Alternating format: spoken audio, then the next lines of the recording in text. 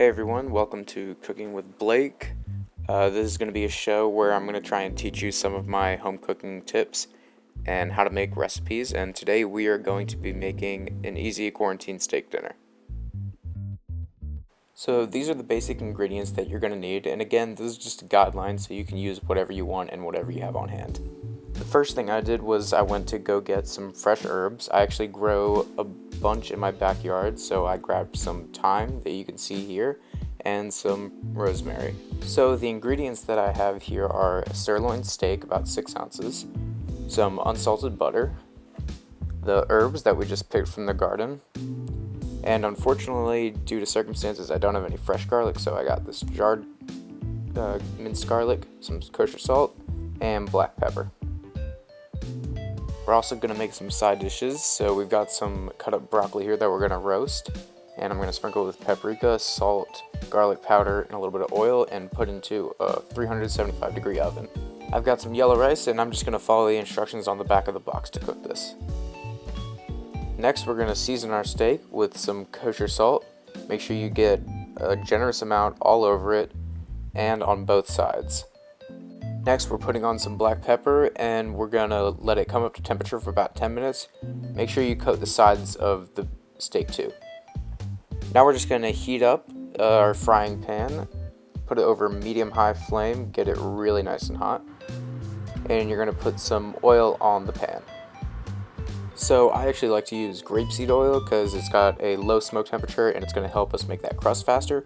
Also, what's going to help that crust develop is patting dry the steak, which will have released some moisture after coming up to temperature for a while. Make sure you have an assistant in the kitchen too. Now we're going to throw that steak in the pan. Make sure you hear this noise when you put it in.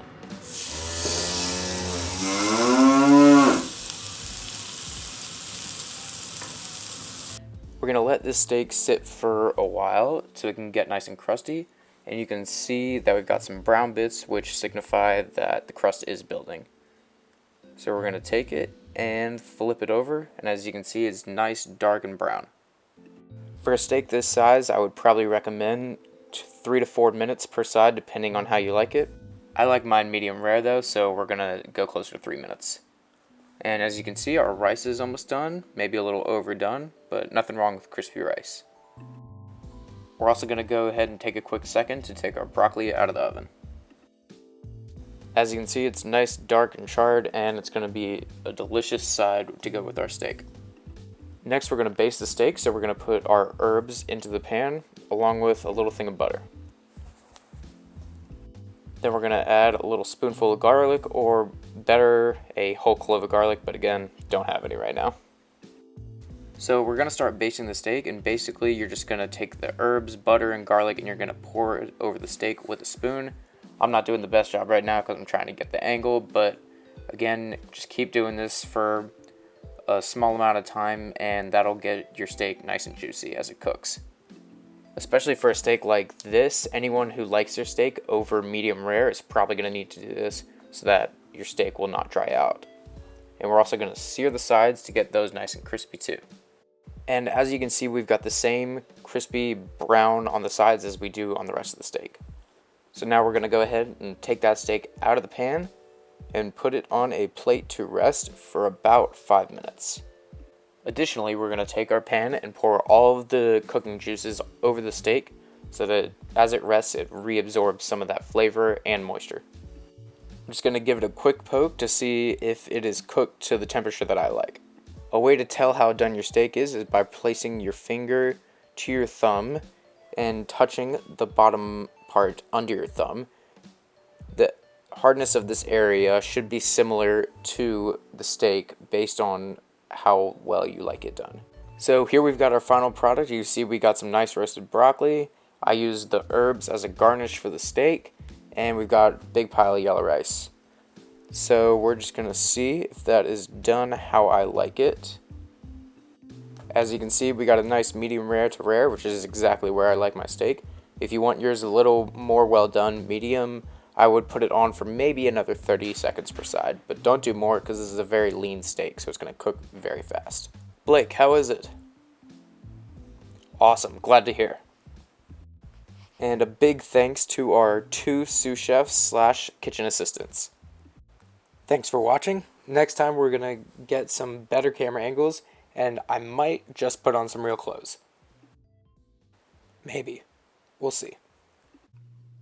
Hey, Blake. William Needham Finley, what is up? That was a great dinner. Thanks for kicking off this first episode of whatever we're going to call this, but you forgot dessert. Well, hadn't really thought about dessert, but I guess if we just had some steak, then the most logical choice for us would be some chocolate chess pie, right? Get on that. Let me see what I can do. We're going to preheat our oven to 350 degrees. Meanwhile, I've got about 3 ounces of chocolate chip and a stick of butter.